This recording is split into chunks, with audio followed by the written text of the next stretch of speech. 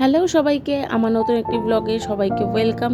So আজ হচ্ছে জন্মাষ্টমী এবং প্রথমেই কিন্তু আমি তালের বড়ার জন্য তাল রেডি করে নিয়েছিলাম। আর এখন কিন্তু বাড়ির গাছের বাড়িতে আমাদের বাতাবি লেবুর গাছ আছে, সেই গাছের বাতাবি লেবু কেটে নিচ্ছি পুজোর জন্য। 5 রকমের যে ফল দিতে হবে তার জন্য প্রথমেই বাতাবি লেবুটাকে কেটে নিচ্ছি। আর এবছর কিন্তু পুজোর সমস্ত জোগাড়যন্ত্র আমি করেছিলাম। আর ভোগের যে খিচুড়ি, পায়েস, চাটনি সেটা কিন্তু মা রান্না করেছিল। তাই আমি প্রথমেই তালের বড়ার তালটা রেডি করে এখন ফলগুলো কাটতে বসে পড়েছি। আর এই দেখো, এখানে বাবাই বসে বসে দেখছে আমি কতদূর কি করতে পারি, আদৌ আমি পুজোর জোগাড় যন্ত্র করতে পারি কিনা, কারণ এবার কিন্তু আমি একাই সবটা করেছিলাম।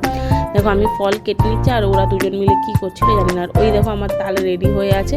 তালটা কিন্তু আমি আগেই রেডি করে নিয়েছিলাম, এসেই রেডি করে নিয়েছিলাম, সেই ক্লিপটা আমার আর নেওয়া হয়নি।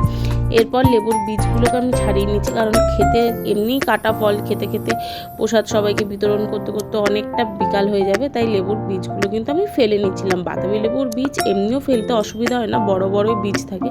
আর দেখো এখানে ফুলঝুরি কিন্তু আমাকে পাহারা দিতে চলে এসছে।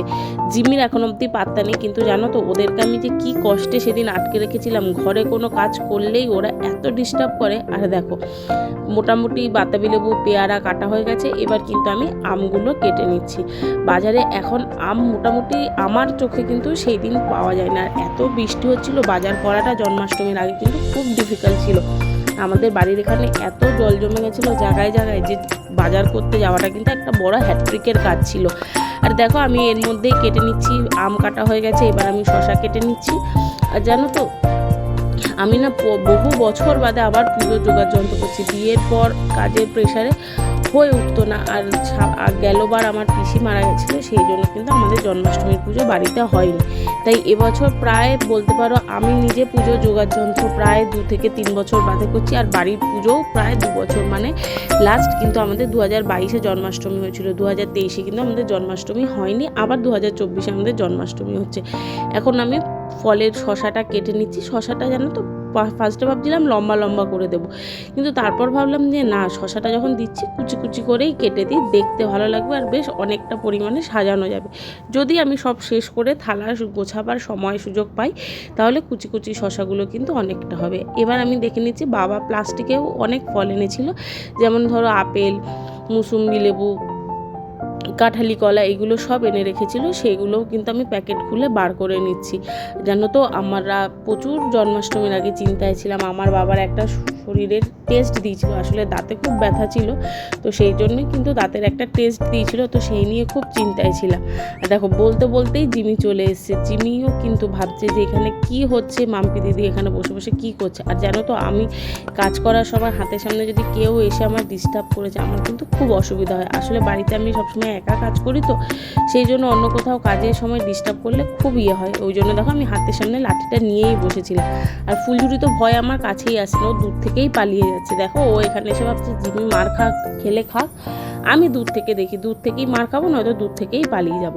তো হ্যাঁ, যেটা বলছিলাম যে বাবার রিপোর্টটা এসছে, রিপোর্টটা জানো তো ভালো এসে। আর দেখো এখানে কিন্তু আমার তাল রেডি। এবার আমি তালের বড়া করব। তার আগে ফলগুলো আমার কাটা হয়ে গেছিলো। এবার মা এসে পুজোয় যে দই দেবে, সেই দইটা রাখার জন্য মা জিনিসপত্র নিতে এসেছিলো। আর দেখো আমি কিন্তু দই ফই নিয়ে এবার রান্নার দিকে সোজা বসে যাচ্ছি। আগে ওই জন্য না আমি ফলটা কেটে রেখেছিলাম, তাহলে ফলটা যদি কেটে দেখো আমি এখানে ঝুড়ি চাপা দিয়ে রেখেছি, কারণ এরপর আমাকে একে একে তালের বড়া ভাজতে হবে, তালের মালপোয়া করতে হবে, তারপরে 5 রকমের ভাজা আছে, আলুর দম আছে। জানি না সারাদিনের কাজের মাঝখানে কতটা কি ক্লিপ নিতে পারবো। দেখো আমি কিন্তু ফ্রাই প্যান বসিয়ে দিয়েছি। এবার কিন্তু আমার ভাজাভুজি রান্নাবান্নার কাজ চালু করে দেবো আস্তে আস্তে। আর আমি বলতে পারছি না যে কতটা কি কাজ আমি করে উঠতে পারবো, কারণ বেশ বহু বছর বাদে আমি একার হাতে সবটা করছি, তো খুব চিন্তায় ছিলাম। জানো তো কতটা কি হবে জানি না। তো ঠাকুরের নাম নিয়ে আমি কিন্তু কাজ শুরু করে দিচ্ছি। দেখো প্রথমেই আমি তেল ঢেলে নিচ্ছি কড়াইতে, কারণ ভাবছিলাম প্রথমে আগে 5 রকমের ভাজাগুলো ভেজে নেবো, কিন্তু মা বললো যে 5 রকমের ভাজাগুলো ভাজলে তুই আর তালের বড়া বা তালের মালপোয়া করতে পারবি না। তাই তুই আগে তালের বড়াটা, তালের মালপোয়া, লুচি সুচি এইগুলো আগে তুই করে নে, তারপরে হলুদ ফলুদের করবি। আর দেখো আমার কিন্তু তালের বড়ার ব্যাটার একদম রেডি। এবার আমি কিন্তু তালের বড়া করব।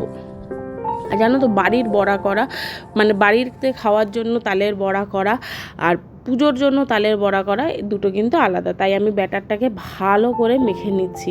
আর জানো তো আমাদের এই তাল কিন্তু গাছেরই তাল, আমরা কিন্তু গাছ থেকেই মানে আমাদের শ্বশুরবাড়িতে তালের গাছ আছে, তো সেখান থেকেই তালের বড়ার গাছ মানে তাল আমরা পেয়ে যাই তালের বড়া করার জন্য। আর কি বলো তো, একদম নতুন জার্নি তো আমার, তো ভিডিও করতে একটু প্রবলেম হয়, ভয়েস ওভার দিতে কিন্তু একটু প্রবলেম হয়। তোমরা যদি পাশে থাকো ধীরে ধীরে আমি জানি আমি এই কাজটাও করেও নিতে পারবো। দেখো তালের বড়ার থেকে কিন্তু প্রচুর আমি ছাড়িয়েছি ঠিকমতো, কিন্তু আঁশগুলো এখনও বড়াতে রয়ে গেছে।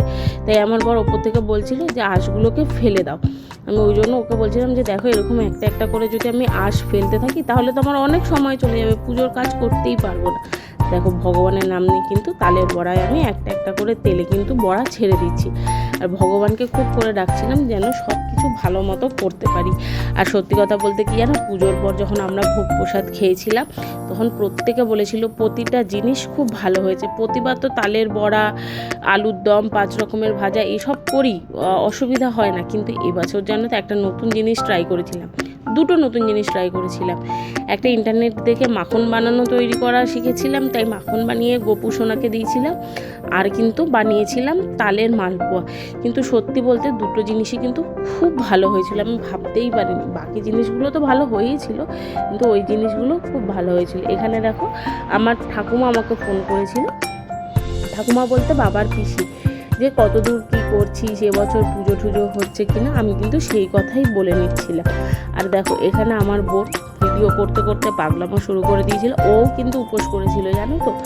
আর ও আমার ভিডিও করতে খুব হেল্প করে। আর দেখো এটা হচ্ছে আমার মা কিন্তু রান্নাঘরে বাকি কাজগুলো করছিল, আর আমার বোন দেখো হা করে শুয়ে ফোন ঘাটছিল। আর এখানে আমি কিন্তু রান্নার সব প্রিপারেশান করে নিচ্ছি। রান্না করতে আমার যে জল লাগবে, হলুদ, নুন যা লাগবে আমি সব ঘরে এনে নিচ্ছি, কারণ আমি ঠাকুরের জায়গায় বসে ইন্ডাকশানের কিছু কাজ করছিলাম, কিছুটা মা রান্নাঘরে করছিল। তো দেখা হচ্ছে পরের ব্লগে। আজকে এই পর্যন্তই। পুজোর পর আর সেরকম ফটো ভিডিও নেওয়া হয়নি, এগুলো কিছু ফটো রইলো, পাশে থেকো। টাটা, দেখা হচ্ছে পরের ব্লগে, বাই।